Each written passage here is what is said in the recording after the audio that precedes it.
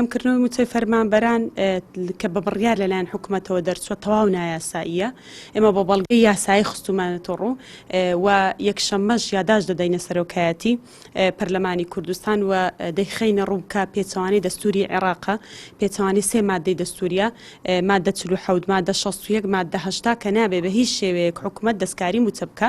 دەبێت لە ڕێی پەرلەمانەوە بە یاسا لە پەرلەمانەوە دەربچێ و هەروەها کابینەی نوێیەم لە کارنامەکەی سەرۆکی حکوومەت ئەوەی خستە ڕووکە 30 ڕۆژ جارێک موچە دابەش دەکا و هەروە موچە پاشەکراوەکانیش دەگەڕێنێتەوە، بۆیە دەبێت کارنامەکەی جێبەجێ بکات. پەرلەمان کوردستان دەتوانێت ئەو بڕیاری حکوومەتی هەرێمی کوردستان ڕەتکاتەوە،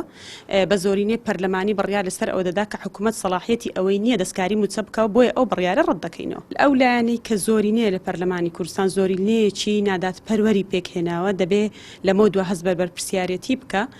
و خۆی بە نوێنەری ڕاستەقینەی خەڵک بزانێت، نەک نوێنەری حیزب و نوێنەری حکوومەت بێ، خۆی نەکا بە پارێزەری حکوومەت، دەبێت ئەو لایەنانە شکۆ بە پەرلەمان بگێڕنەوە. ئەگەر نەیکەن ئێمە وەکو هێزەکانی ئۆپۆزیسیۆن ئەو کاتە قسەی خۆمان دەبێ و ئەو کاتە قسەی خۆمان بۆ ڕای گشتی دەخەینە ڕوو.